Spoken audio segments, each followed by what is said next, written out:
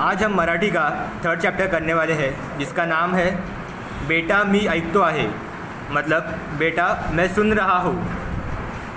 तो सबसे पहले हम इसका इंट्रोडक्शन करेंगे।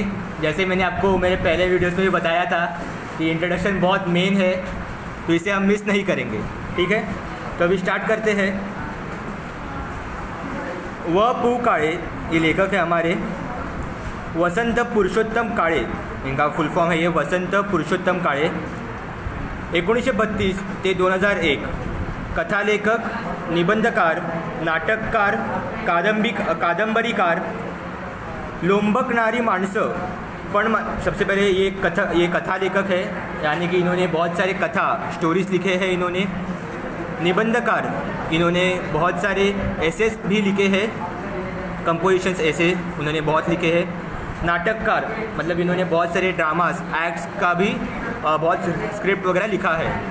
और कादंबरीकार, यानी कि इन्होंने बहुत सारे लिटरेचर वगैरह भी लिखा है। इनके कुछ ये बुक्स के नाम है दिए हैं हमें आगे। लोंबकणारी माणसं, पण माझ्या हातांनी, पेन सलामत तो, ब्रह्मदेवाचा काळ, गुलमोहर, कर्मचारी, का रे भुल्लासी, ऐक सखे, वन फॉर द रोड, माया बाजार, स्वर, संवादिनी, वलय इत्यादी कथासंग्रह। ही वाट एकटीची, पार्टनर, यानी कि ये कुछ आगे बहुत सारे उन्होंने कथा संग्रह इसके अलावा भी लिखे हैं। और आगे कथा संग्रह यानी स्टोरीज़ का कलेक्शन, ठीक है। ही वाट एकटीची, पार्टनर इत्यादि कादंबरी लेखन।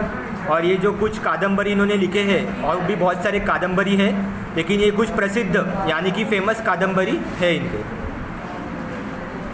आकर्षक कथानके, ओघवती निवेदन शैली आणि चटपटीत संवाद यामुळे त्यांच्या कथा वाचकप्रिय आहे।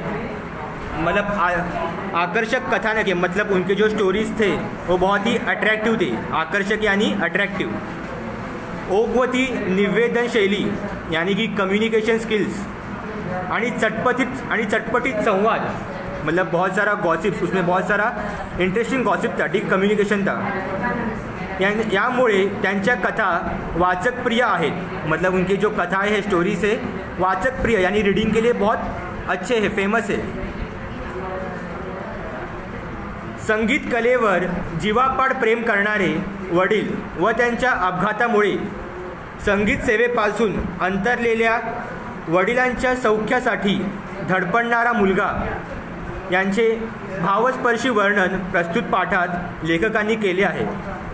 मतलब इस पाठ में, इस लेसन में लेखक ने संगीत कलेवर जीवापाड प्रेम करणारे वडील, मतलब उसके जो डैडी है, किसी डिस्क्राइब करे स्टोरी में एक उसके फादर है जिन्हें संगीत का बहुत प्रेम है, जिन्हें संगीत में बहुत रुचि है, उनके बारे में ये पूरा लेसन है। व त्यांच्या अपघातामुळे संगीत सेवेपासून अंतरलेल्या वडिलांच्या सौख्यासाठी, व त्यांच्या अपघातामुळे, और उनके एक्सीडेंट, अपघात यानी एक्सीडेंट, उनके एक्सीडेंट के वजह से संगीत पासून अंतरलेल्या, मतलब उनका एक्सीडेंट के वजह से संगीत से वो बहुत दूर हो गए थे।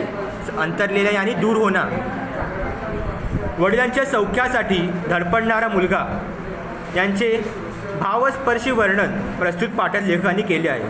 और उसके डैडी के सौख्यासाठी यानी उनके हैप्पीनेस के लिए धडपडणारा मुलगा यांचे भावस्पर्शी वर्णन, मतलब उसके डैडी के हैप्पीनेस के लिए जो कुछ उसके बेटे ने हार्डवर्क किया है, उसका भावस्पर्शी मतलब एक इमोशनल वर्णन, डिस्क्रिप्शन इस पाठ में किया गया है। तो अब हमने अपना इंट्रोडक्शन कर लिया है, अब हम चैप्टर की ओर जाते हैं।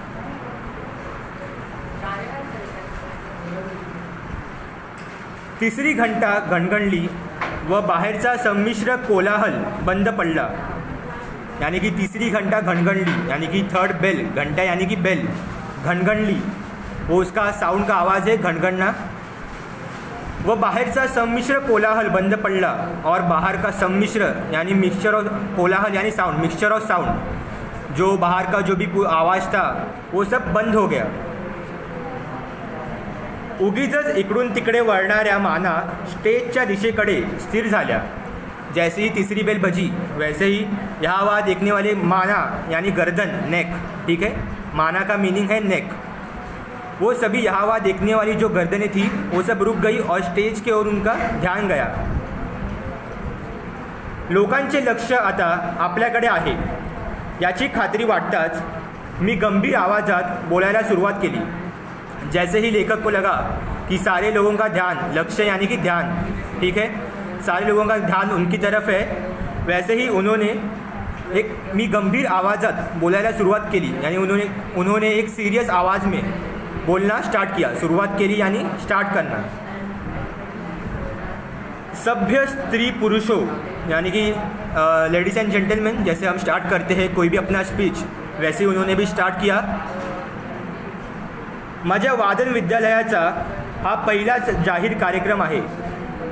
उनके वादन विद्यालय यानी कि म्यूज़िक स्कूल, ठीक है, उनके म्यूज़िक स्कूल का हा पहिलाच जाहीर कार्यक्रम आहे। उनका पहला ही ये जाहीर कार्यक्रम, मतलब उनका पहला ही एक प्रोग्राम है, कार्यक्रम यानी प्रोग्राम।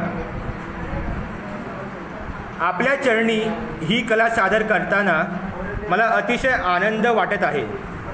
मतलब आपल्या चरणी यानी कि आपके सामने मैं अपनी इस कला यानी कि आर्ट, आपके सामने अपने इस आर्ट को जब मैं व्यक्त कर रहा हूँ तभी मुझे बहुत गर्व महसूस हो रहा है। आपण शांतपणाने या सर्व कार्यक्रमाचा आस्वाद घ्यावा। आप सभी लोग साइलेंटली, शांतपणाने यानी कि साइलेंटली या सर्व कार्यक्रमाचा आस्वाद घ्यावा। इस सारा जो भी प्रोग्राम है आप उसका आस्वाद यानी कि एन्जॉय करिए। अशी आपल्याला नम्र विनंती करून मी कार्यक्रमाला सुरुवात करतो। ऐसे में आपको हम्बल रिक्वेस्ट, नम्र विनंती यानी कि हम्बल रिक्वेस्ट करता हूँ और अपने कार्यक्रम को शुरुआत स्टार्ट करता हूँ। आजच्या कार्यक्रमाची सुरुवात शिरीष भागवत याच्या फिडल वादनाने होईल। आज के अपने कार्यक्रम की शुरुआत जो है वो शिरीष भागवत, उनके किसी स्टूडेंट का नाम है शिरीष भागवत, याच्या फिडल वादनाने होईल। वो अपना फिडल वादन मतलब उसका जो इंस्ट्रूमेंट है वो बजा के वो शुरुआत करने वाले हैं। हा विद्यार्थी माझ्या विद्यालयात नुकताच शिकायला आला होता। हा विद्यार्थी यानी कि स्टूडेंट, ये जो स्टूडेंट है वो उनके विद्यालय में, उनके स्कूल में नुकताच शिकायला आला होता, यानी अभी ही जस्ट उनके स्कूल में सीखने के लिए आया था, शिकायला यानी टीचिंग लेने के लिए आया था। कलेच्या प्रांतातील हा नौका मुसाफिर आहे। कलेच्या यानी कि आर्ट क्या प्रांतातील, प्रांत यानी फील्ड, आर्ट के फील्ड में हा नौका मुसाफिर आहे। मतलब आर्ट के फील्ड में ये नौका यानी कि न्यू और मुसाफिर यानी कि ट्रैवलर, वो अपने उस आर्ट के फील्ड में एक नया ट्रैवलर थे। हे लक्षात घेऊन आपण त्याच्या हुशारीचे कौतुक करावे, ये आप ध्यान में रखिए। सभी जो उनके ऑडियंस था, लेखक उन्हें कहते हैं कि ये जो स्टूडेंट है ये नया है और ये इस बात को आप ध्यान में रख के त्याच्या हुशारीचे कौतुक करावे। हुशारी यानी उसके टैलेंट का आप कौतुक अपलोड कीजिए, आप उसका जो टैलेंट है उसे आप अपलोड कीजिए, ठीक है। ही विनंती यानी ऐसा उन्होंने रिक्वेस्ट सबको की। एवढे बोलून मी शिरीषकडे पाहिले। इतना बोल के लेखक ने अपना स्टूडेंट जो है शिरीष, उसकी ओर देखा। मला या मुलाची अतिशय भीती वाटत होती। उन्हें जो है उस स्टूडेंट की अतिशय यानी बहुत ज़्यादा भीति यानी कि डर, फियर बहुत लग रहा था उसे देख के। खरे सांगायचे म्हणजे माझ्या मनातून मला शिरीषला कार्यक्रम द्यायचाच नव्हता। खरे सांगायचे म्हणजे अगर सच बोलूँ तो माझ्या मनातून मला शिरीषला कार्यक्रम द्यायचाच नव्हता। उन्हें मन से ऐसा उस शिरीष को, अपने जो स्टूडेंट है उसे उस कार्यक्रम में पार्टिसिपेट करना नहीं देना था। कारण नुकताच शिकायला लागलेला हा विद्यार्थी माझ्या विद्यालयाचे नाव खराब करेल याची मला खात्री होती। उन्हें लग रहा था कि वो जो स्टूडेंट है वो अभी बहुत ही न्यू स्टूडेंट था उनका, इसलिए उन्हें लग रहा था अगर उसने परफॉर्म अच्छे से नहीं किया तो उसके वजह से उनका जो स्कूल है उसका भी नाम खराब होगा। म्हणूनच मी त्याला कार्यक्रम द्यायचे टाळत होतो।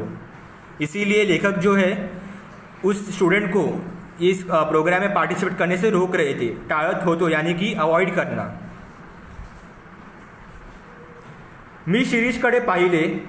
त्याच्या चेहऱ्यावर धीटपणा व आत्मविश्वास पुरेपूर प्रतिबिंबित झाला होता. उन्होंने शिरीष की ओर देखा. त्याच्या चेहऱ्यावर धीटपणा, उसके चेहरे पे एक अलग सा बोल्डनेस जिसे हम कहते हैं इंग्लिश में, वह आत्मविश्वास यानी कि कॉन्फिडेंस था, पूरेपूर प्रतिबिंबित झाला होता. मतलब पूरी तरह से उसके चेहरे पे कोई भी किसी भी तरह का डर वगैरह कुछ भी नहीं था. व त्याचे हे अवसान फार वेळ राहणार नाही हे मी ओळखून होतो. और उसका ये अवसान यानी कि उसका ये जो लुक है, उसके जो चेहरे पे जो बेखौफपणा है वो ज़्यादा टाइम रहने वाला नहीं था हे मी ओळखून होतो. ये लेखक को मालूम था. पडदा वर जाऊन बाहेरचा श्रोतवृंद नजरेला पडताच त्याचा हा धीर सुटेल याची मला खात्री होती.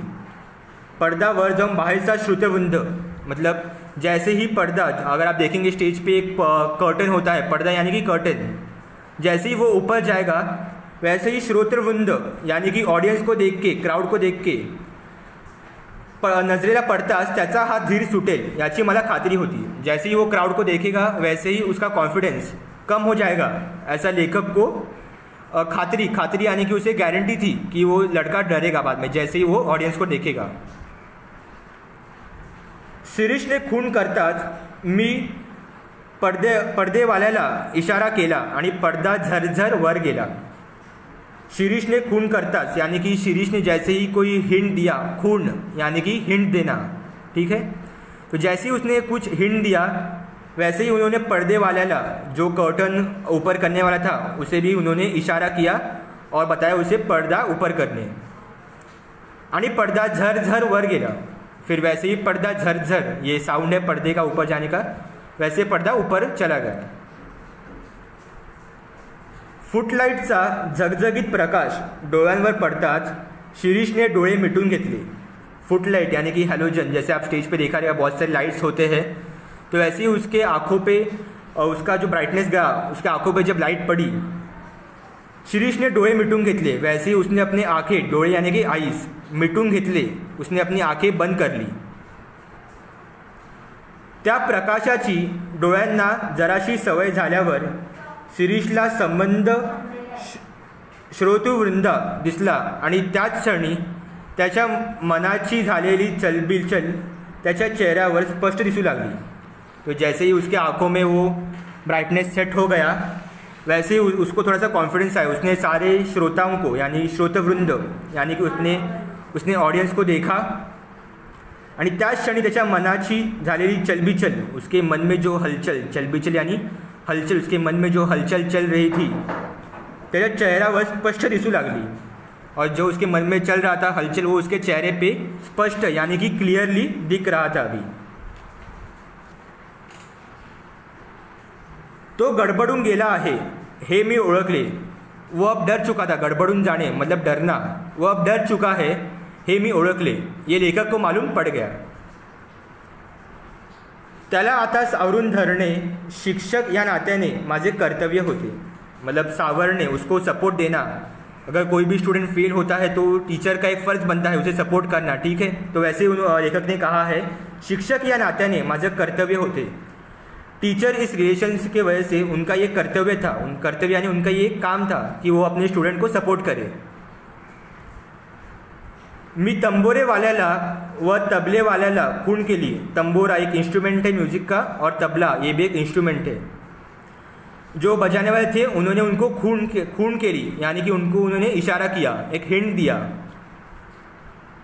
तंबोऱ्याचा धीर गंभीर आवाज़ घूमू लागला. तंबोरे का धीर गंभीर यानी कि स्लो और एक सीरियस आवाज़ घूमू लागला. घूमू मतलब उस पूरे हॉल में, उस थिएटर में उसका आवाज़ जो है वो घूमने लगा.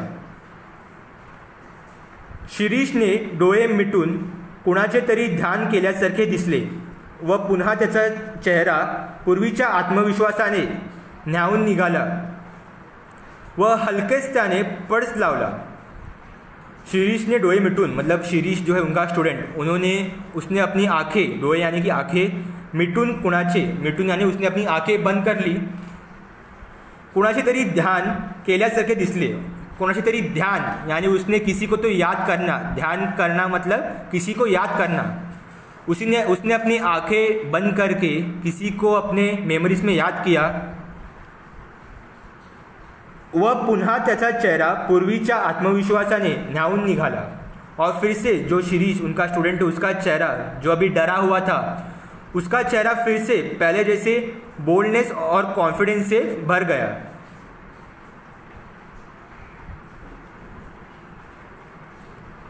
वह हल्के से त्याने पड्स लावला, और हल्के से पड्स यानी हल्के से उसने अपना गाना जो है उसने अपने इंस्ट्रूमेंट बजाना स्टार्ट किया।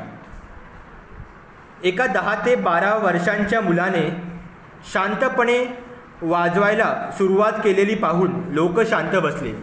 जैसे ही ऑडियंस ने देखा कि एक 10-12 साल का बच्चा जब उसने अपने टैलेंट को सादर करना स्टार्ट किया, वैसे ही ऑडियंस शांत हो गई। धीमेपणाने शिरीषने भूप रागातली गत वाजवायला सुरुवात केली। धीमेपणाने मतलब स्लोली शिरीषने जो है भूप रागातली ये उनके जो वो इंस्ट्रूमेंट बजाता था उसका एक म्यूजिक का एक नाम है, ठीक है। भूप रागातली गत ये उनके कुछ राग होते हैं, उसका ये कुछ एक टाइप है, प्रकार है। वाजवायला सुरुवात केली। तेच ते सूर, मात्रेचाही फरक नाही, तो शांतपणे वाजवू लागला। तेच ते सूर मतलब वैसे ही वो सुर थे, बहुत ही अच्छे सुर थे उसके। मात्रेचाही फरक नहीं मतलब बिल्कुल भी कोई भी उस सुर में फ़र्क नहीं था, ठीक है। मात्रेचाही मतलब कुछ भी 19-20 नहीं था उसके सुर में, बहुत ही अच्छे से बहुत ही प्रोफेशनली वो अपना सुर लगा रहा था। तो शांतपणे वाजवू लागला और वो सायलेंटली अपना इंस्ट्रूमेंट बजाने लगा।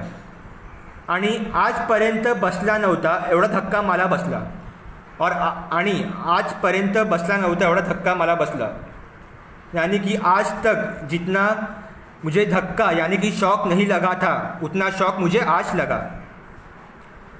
कानांवर विश्वास बसेना, नज़रेवर ही बसेना।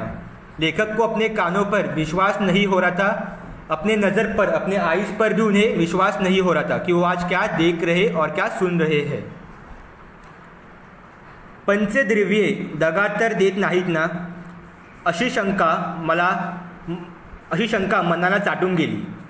पंचद्रव्ये यानी कि 5 ऑर्गन्स जो हमारे बॉडी में, ह्यूमन बॉडी में जो 5 ऑर्गन्स रहते हैं, आप सबने वो साइंस में पढ़ा ही होगा।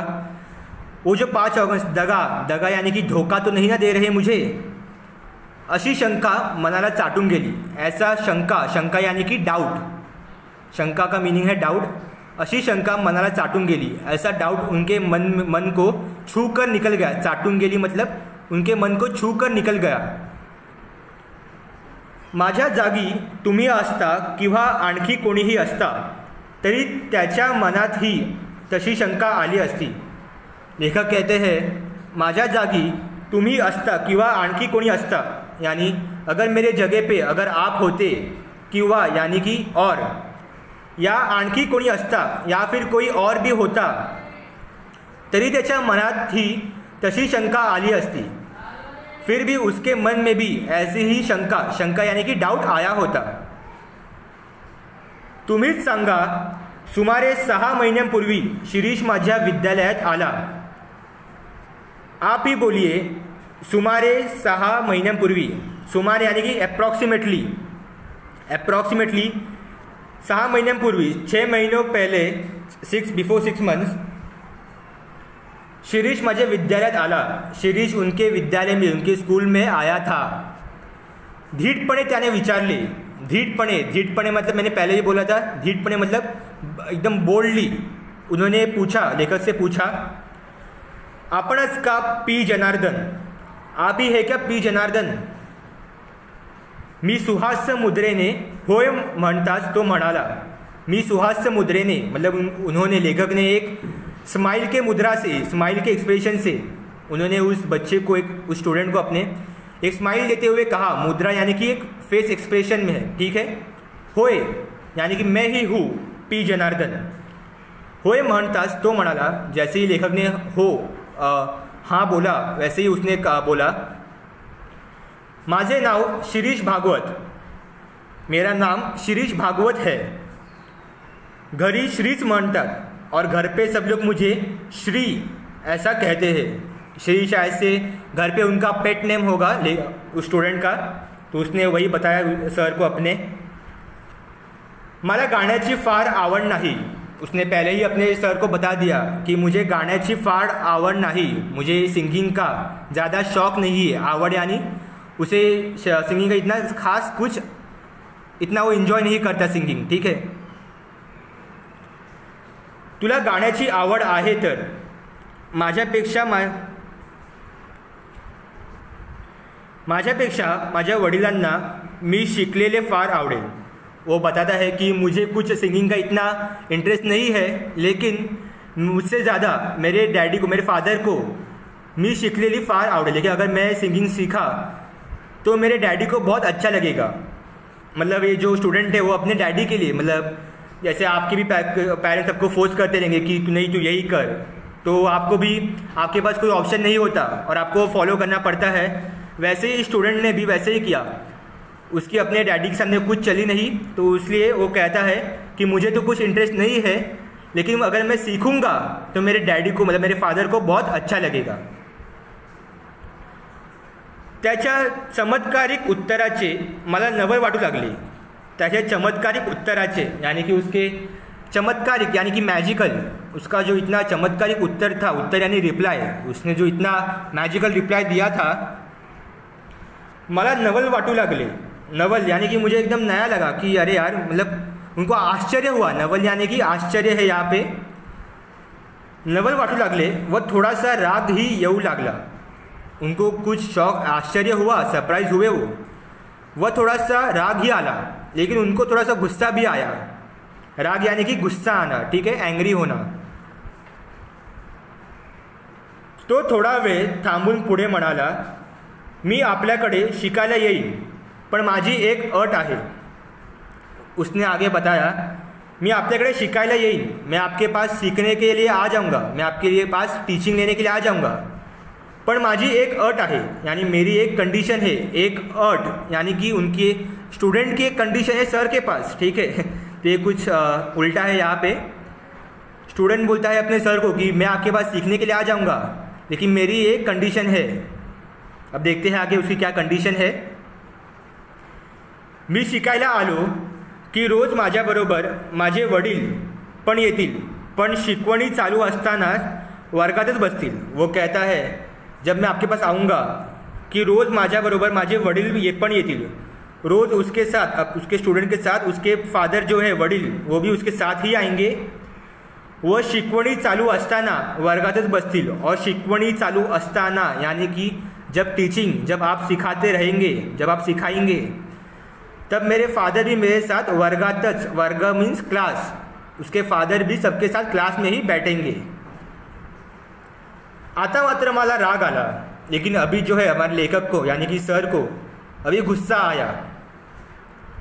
मी जाणीवपूर्वक हसत म्हणालो, उन्होंने जाणीवपूर्वक यानी कि केयरफुली, उन्होंने अपने गुस्से को, अपने एंग्रीनेस, अपने जो एंग्री थे वो उन्होंने उसे दिखाया नहीं, इसलिए उन्होंने जाणीवपूर्वक, मतलब केयरफुली उसने हसत म्हणाले, उन्होंने अपने गुस्से को छुपाया और केयरफुली उसने हंसते हुए उसे कहा, मान्य, तुझ्या अटी एकदम मान्य। उसकी जो कंडीशन थी तो सर ने उसको मान्य किया, मान्य में यानी उसको अप्रूव किया। उसकी जो भी कंडीशन थी उन्होंने उसे अप्रूव किया। अप्रूव करना यानी बोल दिया चल चलेगा, तू अपने फादर को भी लेके आ सकता है, पण त्यासाठी तुला महिना 50 रुपये फी द्यावी लागेल। लेकिन उसके लिए तुला महिना 50 रुपये पर मंथ 50 रुपीज़ फी द्यावी लागेल। हर एक पर मंथ उसे 50 रुपीज़ का फी देना पड़ेगा। कबूल, उद्यापासून मी येतो। तो स्टूडेंट ने भी कहा चलेगा, कबूल यानी कि चलेगा, उद्यापासून मी येतो। कल से मैं आता हूँ, उद्या यानी कि टुमॉरो, कल से मैं आता हूँ। माझ्याबरोबर वडील पण येतील बरं का। उसने कहा मेरे साथ मेरे फादर भी आएंगे, चलेगा ना, बरं का यानी कि चलेगा ना, जैसे हम कहते हैं हिंदी में। असं म्हणून माझ्या आश्चर्यचकित चेहऱ्याकडे न बघता शिरीष चटकन निघून गेला। बस इतना कह के शिरीष जो है उसका स्टुडंट वो लेखक के आश्चर्यचकित यानी सरप्राइजिंग चेहऱ्याकडे फेस के पास बघता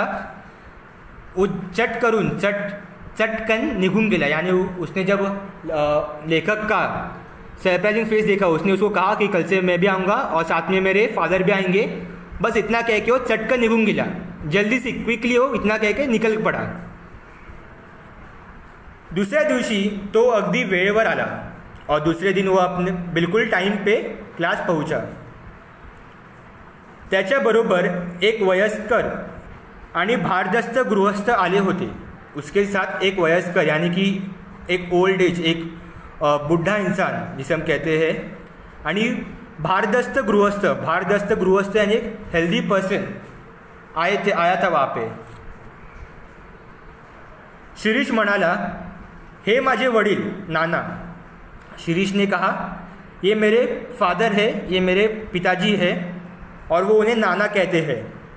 नाना मतलब वो अपने फादर को पापा या फिर अब्बू वगैरह ऐसा कुछ, मतलब कुछ किसी भी लैंग्वेज में था जो हम कहते हैं फादर को अलग अलग नाम है, वैसे ही वो अपने फादर को नाना कहता है। ठीक है, नाना यानी कि यहाँ पे कोई नाना जी वगैरह इसका मीनिंग नहीं है। नाना यानी कि फादर ही है। ठीक है, वो बस उसे प्यार से अपने फादर को नाना कहता है, इसमें आप कंफ्यूज मत होना। आमचे नमस्कार झाले, मतलब एक दूसरे ने, जो सर और उसके फादर ने एक दूसरे को नमस्कार किया। ठीक है, एक दूसरे को ग्रीट किया। एक अक्षर न बोलता नाना खुर्चीवर बसले।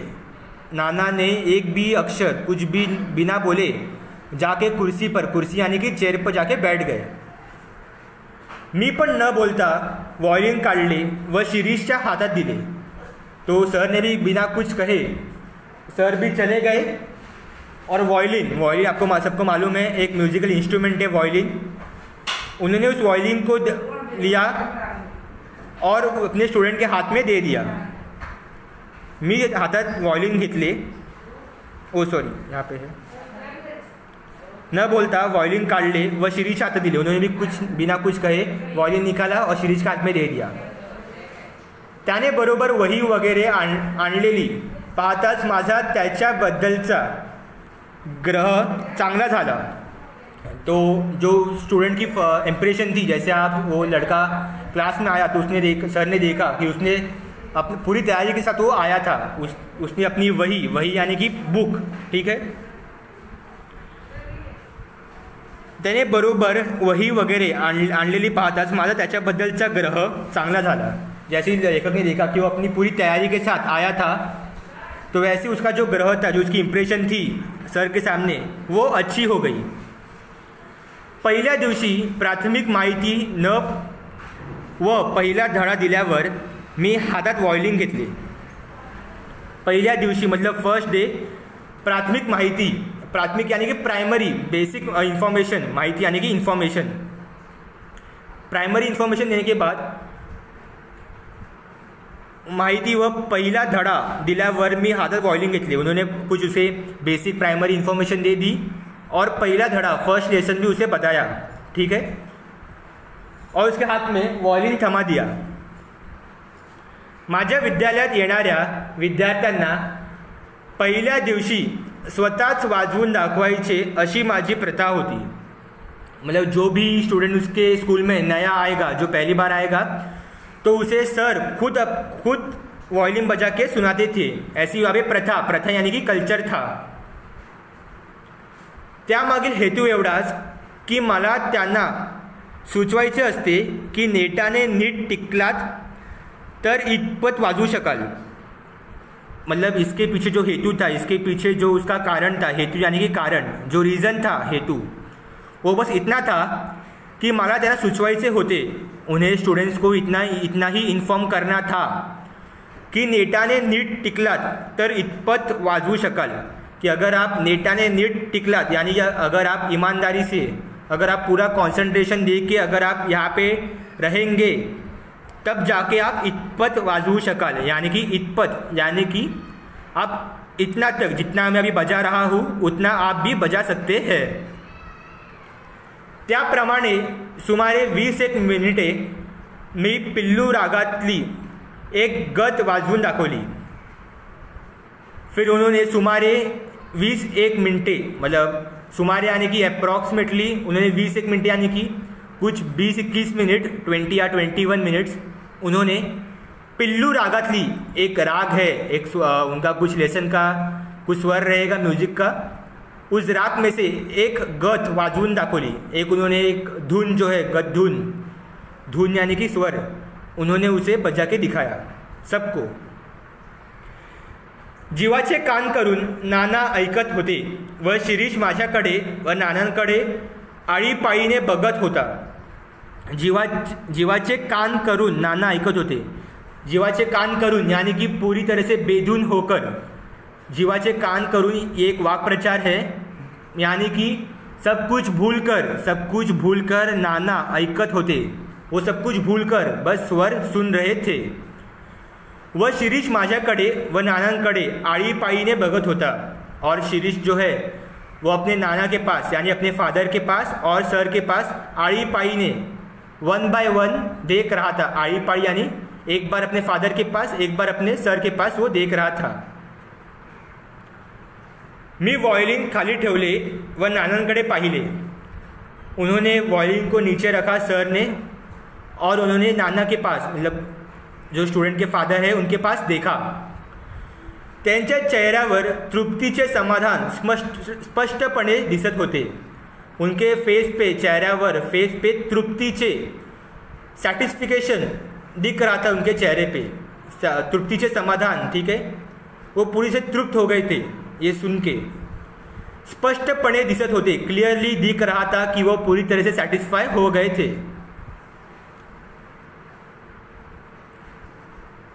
आपण जाऊया आता, शिरीष म्हणाला. शिरीष ने कहा, उसके फादर को कहा कि अभी हम चलते हैं. शिरीष म्हणाला व पिता पुत्र उठले. शिरीष ने कहा और पिता पुत्र मतलब फादर और सन उठ गए. मीच आपण होऊन विचारले, कसं काय वाटलं एकंदरीत.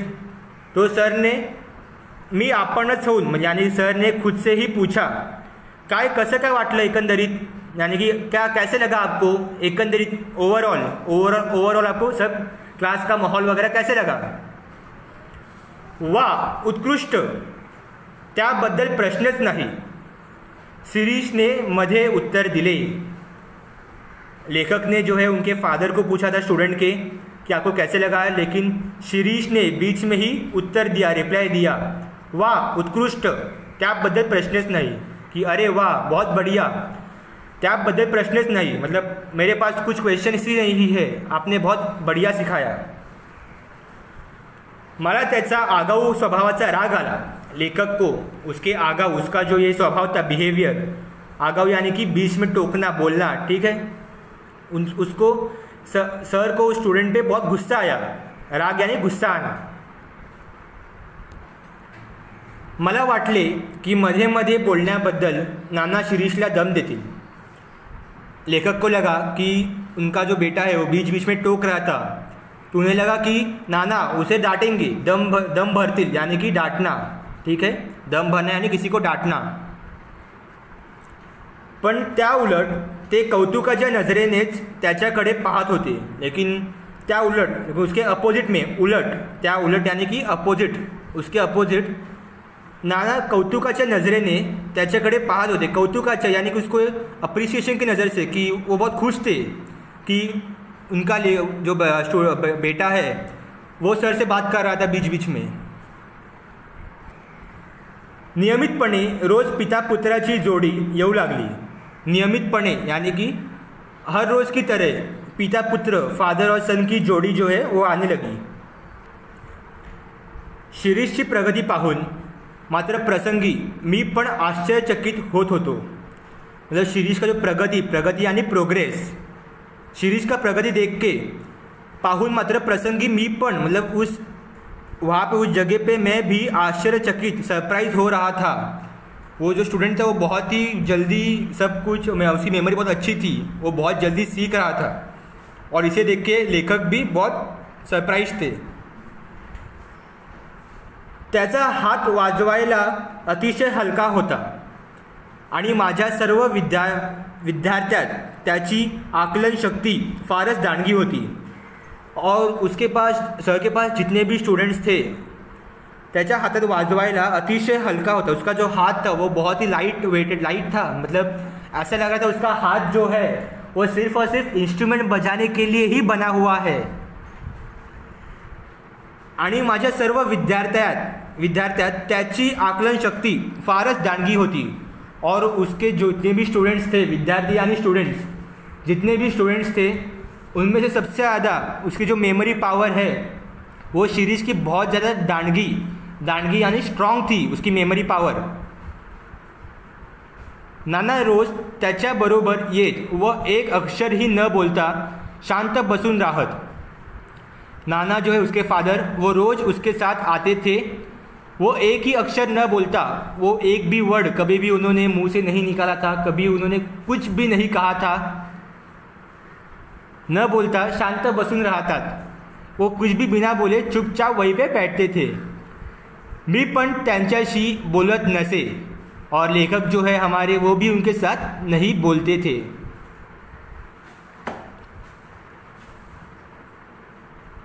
हाँ हाँ म्हणता 3 महीने निघून गेले। हाँ हाँ म्हणता यानी कि देखते देखते, ये एक वाक्प्रचार है। हाँ हाँ म्हणता यानी कि देखते देखते 3 महीने भी बीत गए, निघून गेले यानी 3 महीने भी बीत गए। आणखीन 3 महिन्यांनी होणाऱ्या माझ्या विद्यालयाच्या प्रथम कार्यक्रमात आपण शिरीषला कार्यक्रम द्यायचा असा मी निश्चय करून टाकला आणि त्यानुसार मी शिरीषला म्हणालो, आणखी 3 महीन्यांनी होणाऱ्या माझ्या विद्यालयाच्या प्रथम कार्यक्रमात, मतलब और 3 महीनों के बाद उसका जो स्कूल है, विद्यालय है, उसमें प्रथम कार्यक्रम फर्स्ट कार्यक्रम में, फर्स्ट प्रोग्राम में शिरीषला कार्यक्रम द्यायचा उन्होंने डिसाइड किया, लेखक ने, कि उनके जो विद्यालय है, स्कूल है, उसके फर्स्ट प्रोग्राम में वो शिरीष को भी अपना टैलेंट दिखाने के लिए एक प्रोग्राम सेट करेंगे उसका। असा मी निश्चय करून टाकला यानी कि ऐसा उन्होंने डिसाइड किया। निश्चय करना यानी डिसाइड करना। आणि त्यानुसार मी शिरीषला म्हणालो और उसके हिसाब से, त्यानुसार मतलब उस हिसाब से मैंने शिरीष को बताया, शिरीष अशीच प्रगति कायम राहू दे। शिरीष ऐसे ही प्रगति यानी ऐसा ही प्रोग्रेस कायम राहू दे, ऐसा ही प्रोग्रेस हमेशा तेरा रहने दे। आपल्या विद्यालयाच्या कार्यक्रमात मी तुझा कार्यक्रम ठेवणार आहे। अपने जो स्कूल में प्रोग्राम होने वाला है, मैं उसमें तेरा प्रोग्राम रखने वाला हूँ। हे ऐकल्यावर शिरीषला अत्यानंद होईल अशी कल्पना होती। ये सुनकर शिरीष बहुत ज़्यादा खुश, अत्यानंद यानी बहुत ज़्यादा हैप्पी होना, वो बहुत ज़्यादा हैप्पी होगा ऐसा लेखक ने सोचा था। कल्पना करना यानी सोचना, टू थिंक। पण त्याच्या चेहऱ्यावर आनंदाच्या काहीही भावना दिसल्या नाहीत। लेकिन उसके चेहरे पे, उसके फेस पे कोई भी हैप्पी इमोशन नहीं था, कोई भी आनंदाच्या काहीही भावना दिसल्या नाहीत। उसके चेहरे पे कोई भी इमोशंस थे ही नहीं। इतकेच नव्हे तर त्याचा चेहरा काहीसा उतरला। इतकेच नहीं मतलब इतना ही नहीं, लेकिन उसका चेहरा काहीसा उतरला, मतलब वो थोड़ा सैड हो गया, वो थोड़ा डिसअपॉइंट हो गया। मी विचारले, काय तुला हे ऐकून काहीच आनंद वाटला नाही का? उसने, लेखक ने उससे पूछा कि क्या तुझे ये सुनकर थोड़ा भी आनंद, थोड़ी भी खुशी नहीं हुई क्या? गंभीर आवाज़ात ठाशीव स्वरूपाचे, मतलब गंभीर आवाज़, एक सीरियस आवाज़, सीरियस टोन में, ठाशीव यानी कि बहुत ही भक्कम आवाज़, इसे कहते हैं बहुत ही स्ट्रॉन्ग आवाज़, एक सीरियस आवाज़ में स्वरूपाचे उत्तर आले, माझ्यापेक्षा नानांना त्याचा आनंद जास्त होईल। मतलब जो स्टूडेंट था उनका, उसने बहुत ही एक सीरियस आवाज़ में उसे रिप्लाई दिया, माझ्यापेक्षा नानांना त्याचा आनंद जास्त होईल। मतलब उसने कहा, मुझसे ज़्यादा मेरे फादर को, मेरे पिताजी को इसका आनंद, इसकी खुशी ज़्यादा होगी। पिता पुत्र गेले आणि प्रत्येक वेळी मिळणाऱ्या शिरीषच्या तरेवाईक उत्तराचे आश्चर्य करीत मी बसलो। पिता पुत्र दोनों, फादर और सन की जो जोड़ी है वो निकल पड़ी गई। वो आणि प्रत्येक वेळी मिळणाऱ्या शिरीषच्या तर्रेवाइक यानी कि तड़केफड़, हम जैसे बोलते ना बिना किसी सोचे, जैसी वो हमेशा वही बात करता था और उसे किसी का भी डर नहीं था। तर्रेवाइक यानी एकदम बेखौफ वो रिप्लाई देता था, तड़केफड़ से कहते हैं हम, बिना कुछ सोचे समझे। उत्तराचे आश्चर्य करीत मी बसलो, और लेखक उसी बारे में सोचते बैठ गए कि ये लड़का इतना सा है लेकिन इतनी बातें कैसे कर लेता है। प्रत्येक वेळी तो नानांचे नाव का घेतो व नाना अगदी रोज त्याच्याबरोबर येतात। प्रत्येक वेळी मतलब हर टाइम वो नाना का, अपने फादर का, पिताजी का नाम क्यों लेता है। वो नाना अगदी रोज त्याच्याबरोबर येतात और नाना भी हमेशा उसके साथ ही आते हैं। याचे रहस्य काय असावे या प्रश्नाचे उत्तर मला सापडेना। ऐसा क्या रहस्य यानी ऐसा कौन सा मिस्ट्री, राज, ऐसा कौन सा राज है। इस सवाल का जवाब मुझे मिल नहीं रहा था। मला सापडेना मतलब इस सवाल का जवाब लेखक को नहीं मिल रहा था कि ऐसी कौन सी बात है कि हमेशा ही ये पिता पुत्र की जोड़ी है जो है वो हमेशा एक साथ रहती है।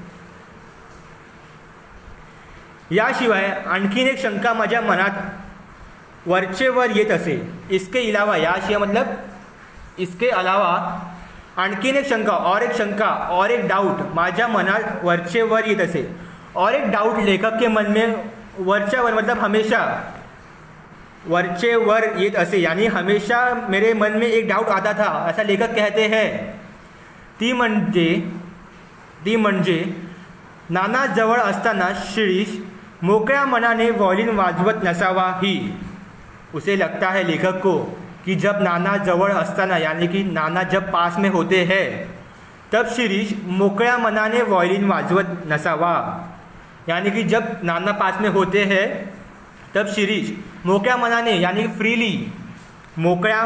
यानी फ्रीली शिरीष वॉलिन नहीं बजाता, ऐसा लेखक को लगता है। दूसरे दिवशी शिरीष आला नहीं, और दूसरे ही दिन जब लेखक ने सब सोचा तब उसके बिल्कुल नेक्स्ट डे दूसरे दिवशी शिरीष आला नहीं। दूसरे ही दिन शिरीष क्लास के लिए नहीं आ पाया। त्यांचा हा पहिला खाड़ा, और दोनों पिता पुत्र का ये पहला खाड़ा यानी कि हॉलिडे, उन दोनों का ये इतने मंथ से जो उसके पास वो आ रहा था, और इतने मंथ्स में उसने पहली बार खाड़ा छुट्टी मारी थी, ठीक है, हॉलिडे, खाड़ा यानी कि हॉलिडे। नसेल एखाद वेळेस जमले असे मी समाधान करून घेतले। नसेल एखाद वेळेस जमले मतलब लेखक ने सोचा कि एक बार उन्हें नहीं जमा होगा, कुछ तो उनके शेड्यूल में कुछ तो ऐसा वर्क आया रहेगा, इमरजेंसी वर्क, और उसके वजह से शायद से वो नहीं आ पाए होंगे। असे मी समाधान करून घेतले, ऐसा उन्होंने खुद को दिलासा दिया, ऐसा कह के लेखक ने खुद को सैटिस्फाई किया।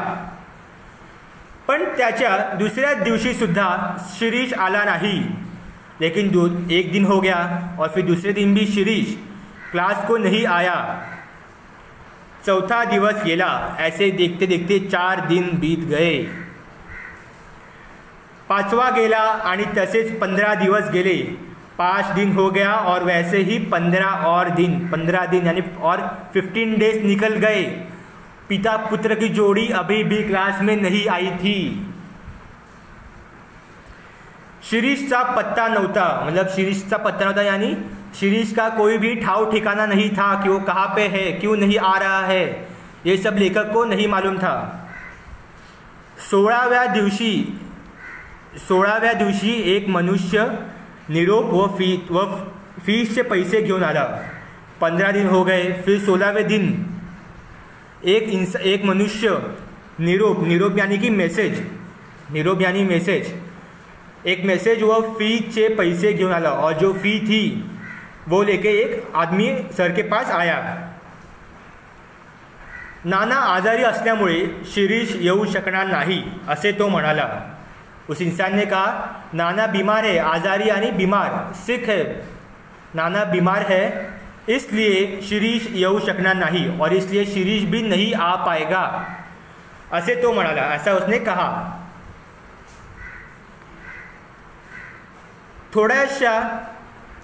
त्रागन मी म्हणालो.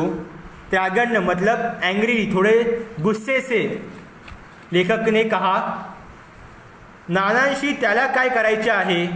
मतलब उसने, लेखक ने थोड़ा एंग्रीली उस इंसान से कहा कि नाना का और इसका ना आना, इसका क्या संबंध है. इकडे कार्यक्रम जवळ येत चालला आहे. यहाँ पे जो प्रोग्राम है विद्यालय का, उसके स्कूल का, वो अभी पास में आ रहा है. त्याचे काय, उसने बताया उस कार्यक्रम का क्या होगा. शिरीष आला नाही त्याची वाट पाहून मी त्याचा कार्यक्रम रद्द केला. शिरीष तो नहीं आया उसके बाद भी, और उसकी त्याची वाट पाहून यानी उसका इंतज़ार करके लेखक ने उसका बहुत इंतज़ार किया, लेकिन फिर भी शिरीष नहीं आया. और फिर लेखक ने डिसाइड किया कि त्याचा कार्यक्रम रद्द केला. उसने उसका कार्यक्रम, प्रोग्राम जो है वो रद्द यानी कैंसिल कर दिया. उसका जो कार्यक्रम था उसे कैंसिल कर दिया. त्याचे नाव पण काढायचे नाही असे ठरवून मी बाकीचे विद्यार्थी तयार केले. त्याचे नाव पण काढायचे नहीं. उसने सोचा कि उसका नाम नहीं निकालेंगे. ऐसे ठरवून, ऐसा सोच के, ठरवून मतलब ऐसा डिसाइड करके उन्होंने बाकी विद्यार्थी, बाकी स्टूडेंट्स को तैयार किया. समारंभाचा दिवस उगवला आणि सकाळपासून शिरीषच्या आठवणीने मी उगाचच बेचैन झालो होतो. समारंभाचा दिवस, जिस दिन वो कार्यक्रम था, उस प्रोग्राम का दिन आ चुका था. दिवस उगवला यानी वो दिन अभी आ चुका था. ठीक है. आणि सकाळपासून शिरीषच्या आठवणीने मी उगाचच बेचैन झालो होतो. और सुबह से मैं शिरीष के यादों से, मेमोरी उसकी याद आ रही थी सर को, और उसके वजह से वो बेचैन हो गए थे. ठीक है. बेचैन में सबको मालूम है, वो बहुत निराश थे. उसको बार बार उसी के बारे में सोच रहे थे कि यार इतना टैलेंटेड लड़का था, लेकिन फिर भी आज वो नहीं आ पाया. इसी बारे में वो सोच रहे थे. सकाळची इतर कामे आटपून मी जरा स्वस्थ बसतो न बसतो तोच दारात शिरीष उभा. सकाळची इतर कामे आटपून मतलब सुबह के जितने भी इतर यानी बाकी के जो भी काम थे वो सब आटपून मतलब वो सब काम कंप्लीट करके मी जरा स्वस्थ बसतो न बसता, वो जरा बैठने ही वाले थे सर. बसतो न बसता यानी मैं बस बैठने ही वाला था. तोच दारात शिरीष उभा. तभी ही दारात यानी दरवाजे पे शिरीष खड़ा था. मी ताडकन उभा राहिलो व त्याच्या जवळ गेलो. मी ताडकन उभा राहिलो यानी इमीडिएटली सर बैठने वाले थे, जल्दी से वो पटकन खड़े हो गए. उभा राहिलो, खड़े हो गए. वो त्याच्या जवळ गेलो और उसके पास गए. जवळ गेलो यानी उसके नियर गए, उसके पास गए. अरे तुझा पत्ता तरी काय, आणि आज एकटाच कसा काय. नाना कसे नाहीत बरोबर. अरे तुझा पत्ता तरी काय, अरे तू किधर था इतने दिनों से, ऐसा लेखक उसे पूछते हैं. आणि आज एकटाच कसा काय, और आज तू अकेले कैसे आया. एकटा यानी अकेले कैसे आया तू आज. नाना कसे नाहीत बरोबर. इकडची दुनिया तिकडे होईल ना. उसने बताया आज तेरे साथ नाना कैसे नहीं है. अगर नाना नहीं आएंगे तो तेरी दुनिया यहाँ की वहाँ हो जाएगी. इकड़ची दुनिया तिकड़े होईल ना, जैसे हम कहते हैं. अरे यार आज तूने ऐसा नहीं किया, वैसे नहीं किया. अगर तू ऐसे नहीं करता तो तेरी दुनिया तो यहाँ की वहाँ हो जाती है ना. इकड़ची दुनिया तिकड़ेच झाली आहे सर. तो उसके स्टूडेंट ने बताया हाँ सर, मेरी दुनिया अब यहाँ की वहाँ ही हो गई है. या पुढे मी एकटाच दिसेन, इसके आगे से मैं आपको अकेले ही दिखूंगा. माझे नाना माझे नाना कायमचे गेले हो सर. स्टूडेंट ने बताया कि मेरे नाना जो मेरे पिताजी थे वो अब कायम से गेले यानी वो हमेशा के लिए चले गए सर. तो ये एक इमोशनल पॉइंट है लेसन का. अब उसके जो फादर है वो उसके साथ अभी नहीं थे इस दुनिया में. अब आगे देखते हैं स्टोरी क्या है. बऱ्याच सात्वनानंतर त्याने विचारले. बऱ्याच सात्वनानंतर मतलब बहुत सारे मैंने उसको धीर दिया, मैंने उसको सपोर्ट दिया. सात्वनानंतर यानी सपोर्ट देना, यानी अगर कोई इमोशन है, कोई रो रहा है, कोई इमोशन पॉइंट है तो आप जैसे उसको सपोर्ट देते हैं, तो वही है यहाँ पे बताया है. बऱ्याच सात्वनानंतर त्याने विचारले.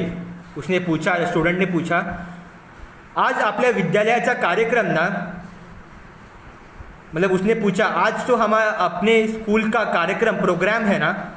तो लेखक ने कहा मी खिन्नपणे हो म्हणालो। खिन्नपणे मतलब उसने भी सैडली उसे हो मतलब हाँ कहा उसने।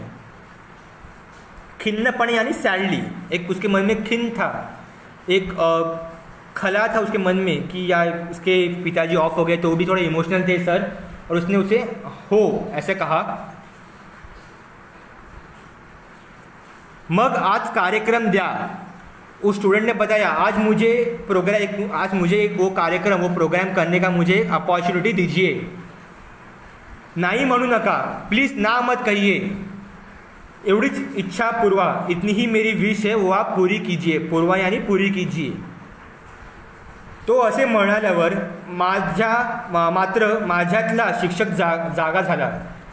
जैसे ही उसने इतना कहा वैसे ही लेखक के अंदर का शिक्षक एक टीचर जागा झाला यानी जाग उठा। मी सौम्य आवाजात म्हणालो।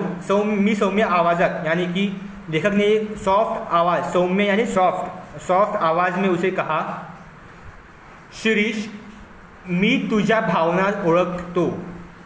शिरीष मैंने तुझे तेरे इमोशन जो है उसे मैं तेरे इमोशंस पहचानता हूँ, पर आज माझा नाईलाज आहे, लेकिन आज मेरे पास कोई और चारा नहीं है। I don't have any options.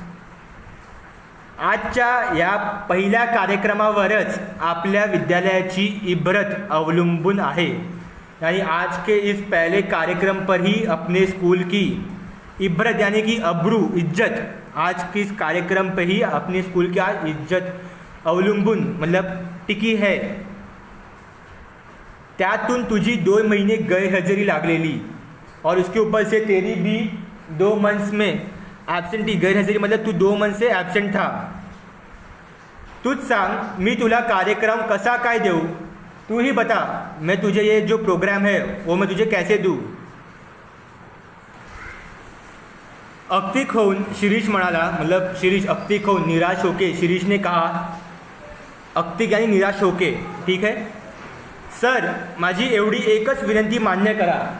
Sir आप मेरी बस एक इतनी सी रिक्वेस्ट, विनंती यानी रिक्वेस्ट, मान्य करा यानी अप्रूव कीजिए। मला आज वाजवू दे, मुझे आज इंस्ट्रूमेंट बजाने दीजिए। नंतर जन्मात हाथ लावणार नहीं वायलिनला। ये स्टूडेंट ने कहा बस आप मुझे आज एक दिन बजाने दीजिए, इसके बाद पूरे जन्म भर मैं कभी वायलिन को हाथ भी नहीं लगाऊंगा। तू पूरे जन्म भर वाजो पर आज वाजू नको। और उसके सर ने कहा तू आगे ज़िंदगी भर चाहिए तो बजा, बस आज मत बजा। तुझी मनस्थिति ही आज बरोबर नहीं। आज तेरी मेंटल हेल्थ, मनस्थिति यानी मेंटल हेल्थ आज तेरी बराबर नहीं है। मला परवानगी दिलीत तर माझी मनस्थिति आपोआपच सुधरेल। अगर आपने मुझे परवानगी यानी परमिशन, अगर आपने मुझे परमिशन दी तो मेरी मनस्थिति भी अपने आप सुधर जाएगी। जो मेरी मेंटल हेल्थ है वो भी आपोआप मतलब अपने आप सुधर जाएगी। शेवटी त्याचे दुःखद मनपूर्ण आणखी कशाला दुखवा।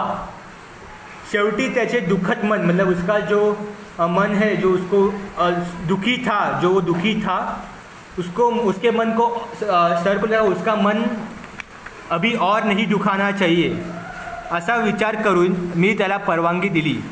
ऐसा सोचकर सर ने अपने स्टूडेंट को परवानगी यानी परमिशन दे दी।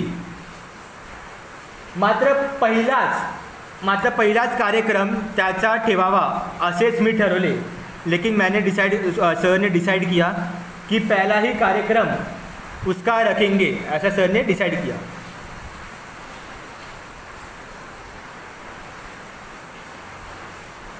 त्याचप्रमाणे मी परवानगी दिली आणि शिरीष वाजवू लागला। उस हिसाब से मैंने उसे परमिशन दे दी, लेखक ने उसे परमिशन दे दी और शिरीष बजाने लगा। शिरीष कार्यक्रम करण्यात मुरलेल्या एखाद्या वादकाप्रमाणे वाजवत होता। शिरीष प्रोग्राम में मुरलेल्या मतलब ऐसा लग रहा था कि शिरीष इसी फील्ड का एक बहुत पुराना खिलाड़ी है। ऐसा लग रहा था कि वो बहुत ही बहुत सालों से उस इंस्ट्रूमेंट को बजाता आ रहा है, एक एक्सपीरियंस्ड आदमी जैसे वो उसने चालू किया। वादका प्रमाणे मतलब जो बजाता है उसे वादका प्रमाणे वो बजाना उसने चालू किया। इतके शिकला तरी कुठे याचाच मी विचार करत होतो। लेखक सोचे, सर जो है वो सोचे थे, अरे यार इस बच्चे इतना सीखा तो सीखा कहाँ से? 2 महीने से तो ये इतना मेरे क्लास में तो आया नहीं है, तो इसने इतना सब कहाँ से सीखा? आणि त्याहीपेक्षा मला मुख्य प्रश्न असा पडला होता की नवीनच शिकायला लागलेला मुलगा इतके उत्कृष्ट वाजवतो, तर जुने मुरलेले विद्यार्थी किती छान वाजवत असतील। आणि त्यापेक्षा मला मुख्य प्रश्न ऐसा पड़ला होता, और उसके अलावा मुख्य प्रश्न मतलब उसके अलावा मेन क्वेश्चन, मुख्य यानी मेन क्वेश्चन मुझे ये पड़ा कि अगर ये नया लड़का इतना अच्छा इतने उत्कृष्ट यानी इतना अच्छा ऑसम, इतना बढ़िया अगर ये बजा रहा है, तर जुने मुरलेले विद्यार्थी तो मेरे पुराने जो पहले से एक्सपीरियंस है, उन्हें अच्छा खासा एक्सपीरियंस है, मेरे पुराने स्टूडेंट्स को किती छान वाजवत असतील, तो वो कितने अच्छे से बजाते होंगे, असेच बाहेरचे लोक म्हणत असणार। ऐसे ही बाहर के लोग जो देखने आई है ऑडियंस, वो ऐसा ही सोच रहे होंगे। तेव्हा त्याच्यानंतर वाजवायला कुणाला बसवावे, टाळ्यांच्या कडकडाने वो सोच रहा था कि अभी शिरीष के बाद मैं और किसको बिठाऊं बजाने के लिए। टाळ्यांच्या कडकडाटाने मी भानावर आलो। टाळ्यांच्या कडकडाटाने, टाळ्या यानी क्लैप्स, हम जो ऑडियंस जो है वो पूरी सब ऑडियंस ताली बजाने लगी उसका परफॉर्मेंस देख के शिरीष का, और उसके कडकडाटाने मतलब उसके आवाज़ से, कडकडाटाने मतलब उसके आवाज़ से मी भानावर आलो, यानी जो लेखक है, जो हमारे सर है, वो होश में आ गए। भानावर आलो मतलब होश में आना। शिरीष आता आला व त्याने माझ्या पायावर डोके ठेवले। अब शिरीष अपनी परफॉर्मेंस देके बैक स्टेज पे आया और उसने अपने सर के पैरों पे अपना सिर रखा। पायावर डोके ठेवणे यानी उसने अपने सर के पैरों पे अपना मस्तक, अपना सर जो है वो रख दिया। मी त्याला उठवत विचारले। उसने अपने स्टूडेंट को उठाया, उसको जो नीचे बैठा था अपने सर के पास, उसने अपने स्टूडेंट को उठाया। शिरीष, हा काय प्रकार आहे? तू माझ्याकडे न येता आणखीन कुठे शिकत होतास? तो उसके सर ने उसे पूछा, अरे ये क्या है? तू माझ्याकडे न येता आणखीन कुठे शिकत होतास? मतलब तू मेरे पास तो नहीं आ रहा था, फिर तू आणखीन कुठे शिकत होतास, और कहाँ पे जाके तूने इतना सब सीखा? डोळे पुशीत शिरीष म्हणाला, मतलब अब उसकी आंखें जो है उस स्टूडेंट की, शिरीष की, वो भर गई थी। तो उसने अपनी आंखें साफ करते हुए शिरीष ने कहा, सर काय ही भलती शंका, मतलब सर क्या आप भी कुछ भी डाउट खा रहे हैं? मी तुम्हाला सर्व सविस्तर सांगतो। मैं आपको सब सविस्तर सांगतो, सविस्तर यानी डिटेल में, मैं आपको सब कुछ इन डिटेल बताता हूँ। ज्या दिवशी मी तुमच्याकडे फी व चिट्ठी पाठवली त्याच रात्रि नाना वारले। यानी जिस दिन मैंने आपके पास फी और वो चिट्ठी, जो लेटर मैंने आपके पास भेजा था उस इंसान के पास से, उसी रात नाना वारले। उसी रात जो है नाना का देहांत हो गया। उसके नाना जो है वो एक्सपायर हो गए, डेथ हो गई उसके नाना की, उसके फादर की। मला धक्काच बसला। ये सुनकर लेखक को, सर को धक्का, शॉक बैठा। ठीक है, धक्का बैठना ही शॉक बैठना। त्यांच्याशी शिकत होतो तेच गेल्यावर, त्यांच्यासाठी शिकत होतो तेच गेल्यावर कशाला आता शिका म्हणून मी वायलिनला हात लावायचा नाही असे ठरवले। यानी कि वो स्टूडेंट जो है शिरीष, वो कहता है ज्यांच्यासाठी शिकत होतो, जिसके लिए मैं ये सब सीख रहा था, तेच गेल्यावर कशाला आता शिका? अगर वो इंसान ही चला गया तो फिर अब मैं ये सब क्यों सीखूं? म्हणून मी वायलिनला हात लावायचा नहीं असे ठरवले। इसलिए मैंने सोचा कि अब मैं कभी भी वायलिन को हाथ नहीं लगाऊंगा। तुम्हाला कदाचित माहीत असेल किंवा नसेल ही, आपको शायद से मालूम होगा भी या नहीं, माझे नाना एकेकाळी उत्कृष्ट गवई होते।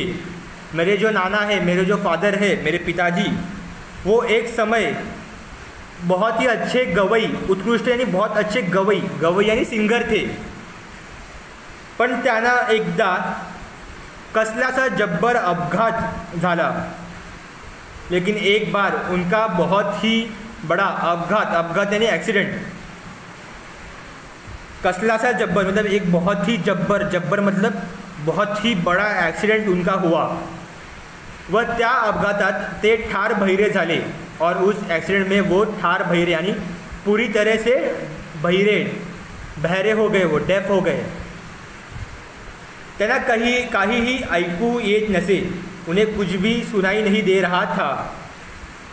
ओठांच्या हालचालीवरून त्यांना काही शब्द समजत.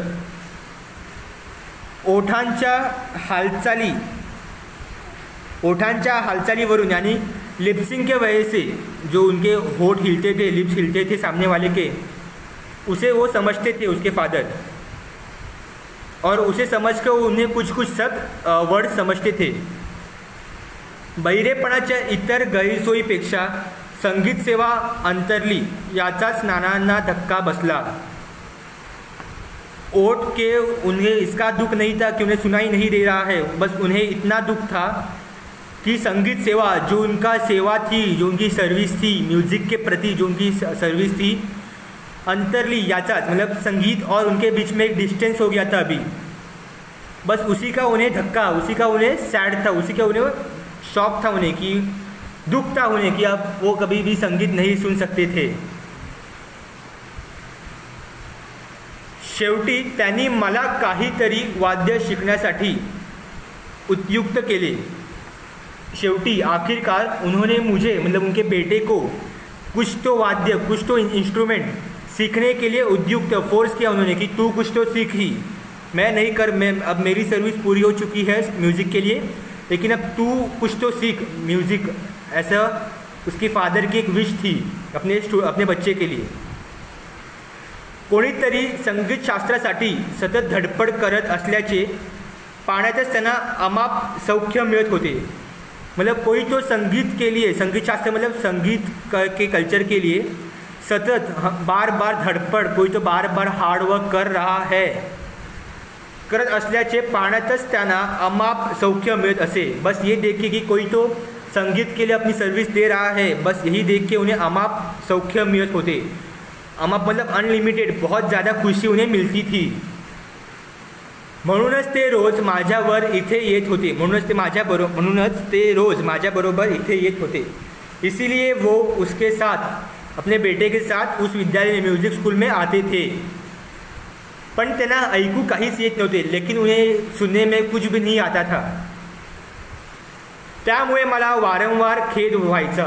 इसीलिए मुझे वारंवार मतलब बार खेद मतलब मुझे बहुत एक खंत थी, मुझे दुख था मेरे मन में की मी वाजवण्यात कितीही प्रगती व कौशल्य दाखवले तरी माझे नाना काही ते ऐकू शकत नाहीत. यानी कि अगर मैं कितना भी प्रगति मतलब कितना भी अगर मैंने प्रोग्रेस किया, वह कौशल्य दाखवले, मैंने कितना भी मेरा टैलेंट, कौशल्य यानी टैलेंट, मैंने कितना भी मेरा टैलेंट दिखाया, लेकिन फिर भी मेरे नाना जो है वो मेरा संगीत कभी भी ऐकू शकत नाहीत, कभी भी वो मेरा संगीत नहीं सुन पाएंगे. या विचाराने मला नानांसमोर मोकळेपणा वाटत नव्हता. और इसी थॉट के वजह से मुझे नाना के सामने, मेरे पिताजी के सामने फ्रीली मैं नहीं बजा पा रहा था. मोकळेपणाने यानी फ्रीली मैं नहीं बजा पा रहा था. ज्या दिवशी नाना गेले त्याच दिवशी मी ठरवले, जिस दिन नाना गए, जिस दिन नाना का देहांत हो गया उसके फादर का, उसी दिन उसने ठरवले यानी डिसाइड किया कि संगीत बंद, आज से वो संगीत नहीं, म्यूज़िक आज से वो नहीं सीखेगा. पण दुसऱ्याच क्षणी मनात विचार आला की माझे नाना तेव्हा माझे वादन ऐकू शकत नव्हते.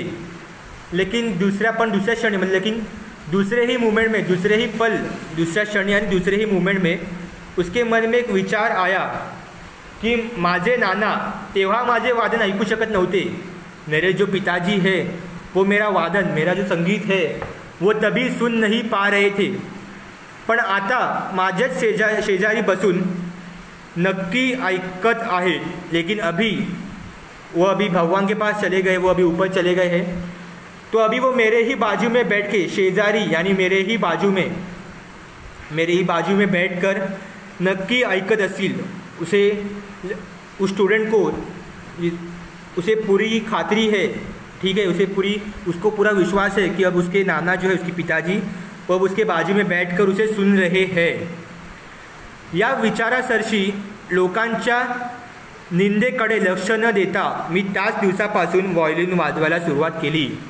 या विचारासरशी, बस इसी थिंकिंग के वजह से लोकांच्या निंदेकडे, मतलब लोगों के जो क्रिटिक्स यानी कि जो भी लोग कहते थे, लोगों का जो काम है कहना, बस लोगों के सभी क्रिटिक्स, सभी बातों को उसने लक्ष्य न देता, सबको उसने इग्नोर किया। त्याच दिवसापासून व्हायोलिन वाजवायला सुरुवात केली और उसी दिन से उसने व्हायोलिन बजाने को शुरुआत की।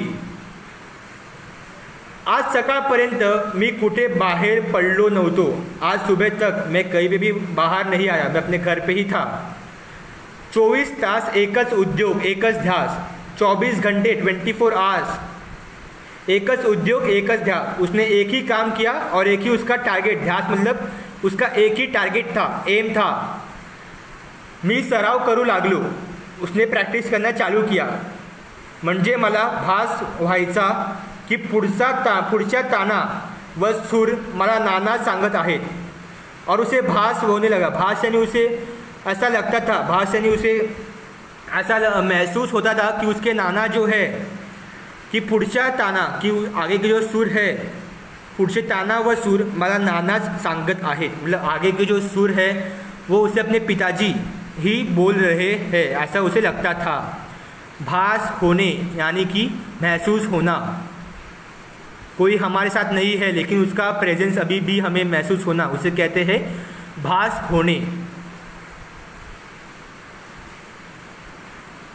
तबल्याचा ठेका त्यानेच धरला आहे व तंबोऱ्याच्या तारांवरून पण त्यांचीच बोटे फिरत आहेत। तबल्याचा ठेका मतलब तबले का ठेका, मतलब जो आदमी तबला बजाता है उसका जो ठेका था, तबला की जगह, वहाँ पर भी नाना ही है। वह तंबोऱ्याच्या तारांवरून, वो जो तंबोरा एक इंस्ट्रूमेंट है, तंबोरा, उसके जो तार है, उसके जो स्ट्रिंग्स है, उस पर भी नाना के ही बोटे फिरत आहेत। बोटे यानी फिंगर्स, उस पर भी नाना के ही फिंगर्स घूम रहे हैं। आज कार्यक्रमाच्या सुरुवातीला एवढे लोक पाहून मी गडबडून गेलो होतो। आज प्रोग्राम के स्टार्टिंग में इतने लोग, इतने ऑडियंस को देख के मी गडबडून गेलो होतो, यानी मैं थोड़ा डर गया था। पण डोळे मिटून घेताच नानांची मूर्ति डोळ्यांसमोर आली। लेकिन जैसे ही उसने अपनी आंखें बंद कर ली, वैसे ही नानांची मूर्ति, तो नाना का एक स्टैचू, मूर्ति यानी स्टैचू, मतलब नाना उसको अपनी आंखों में दिखे। ते म्हणाले, बेटा वाजव, मी ऐकतो आहे। और उसने, मतलब उनके नाना ने, उसके फादर ने उसे कहा, बेटा आज तू अपना इंस्ट्रूमेंट बजा, मी ऐकतो आहे, मैं सुन रहा हूँ। मला जोर चढ़ा, मतलब इतना उसने अज्यूम करके, इतना इमेजिन करके उस स्टूडेंट के अंदर एक अलग ही ऊर्जा, जो मतलब एक एनर्जी आ गई उसके अंदर, इतना सुन के। माझ्या डोळ्यांसमोर प्रेक्षक नव्हते, थिएटर नव्हते, कोणी नव्हते, और उसके अब उसके नज़र के सामने कोई भी नहीं था। ऐसा उसने सोच लिया कि मेरे सामने कोई भी नहीं है। अगर आप भी जब स्टेज पे जाएंगे तो एक बात ध्यान रखिए, बहुत सारे लोगों में ये बात होती है कि जैसे लोगों को देखते हैं स्टेज पर जाने के बाद एक अलग सा डर लगता है, और तभी हमें बस ऐसा लगना चाहिए कि सामने कोई भी नहीं है, बस ऐसा करके हमें अपना टैलेंट वहाँ पे दिखाना चाहिए। और वही शिरीष ने भी इसमें यहाँ पे किया है। उसने ऐसा सोचा कि सामने कोई भी नहीं है, प्रेक्षक नव्हते, ऑडियंस नहीं है सामने, थिएटर नव्हते सामने, वो थिएटर में भी नहीं है, ऐसा उसने सोचा। कोणी नव्हते, सामने कोई भी नहीं है, होते फक्त माझे नाना, मी आणि सूर। और अगर कोई था वहाँ पे तो वहाँ पे थे सिर्फ और सिर्फ उसके नाना, उसके पिताजी, वो और उसका सुर, उसकी आवाज़, उसकी धुन। शिरीष गप्प बसला आणि मी काहीच बोलू शकलो नव्हतो। और इतना कह के शिरीष शांत बैठ गया, गप्प बसला यानी शांत बैठ गया, आणि मी काहीच बोलू शकत नव्हतो और लेखक जो है वो कुछ भी कह नहीं पा रहे थे क्योंकि ये बहुत ही एक इमोशनल मोमेंट था और ये जो पूरा चैप्टर है वो भी बहुत ही एक इमोशनल है और यहीं पे ये चैप्टर ख़त्म होता है। उम्मीद है कि आपको यहाँ तक ये पूरा मैंने जो एक्सप्लेन किया है वो आपको समझ में आ गया होगा। बहुत ही अच्छा चैप्टर है, बहुत ही इंटरेस्टिंग चैप्टर है। अगर आपने ध्यान दिया होगा तो आपको भी ये इतना समझ में आ गया होगा। और आगे आपकी एक्टिविटी है जो आप सॉल्व कर ही लेंगे और अगर आपको उसका भी वीडियो चाहिए तो आप कमेंट में लिख सकते हैं। और अगर आपको ये वीडियो अच्छा लगा तो लाइक, कमेंट और सब्सक्राइब भी कीजिए और इस वीडियो को शेयर भी कीजिए।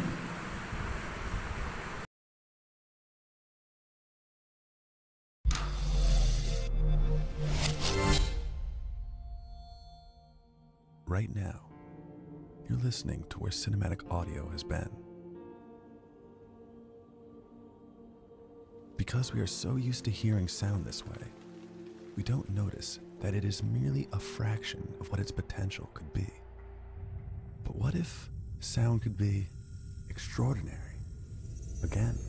Engines are up and burning. Opening main doors for secondary deployment. 2 more away. What if sound could be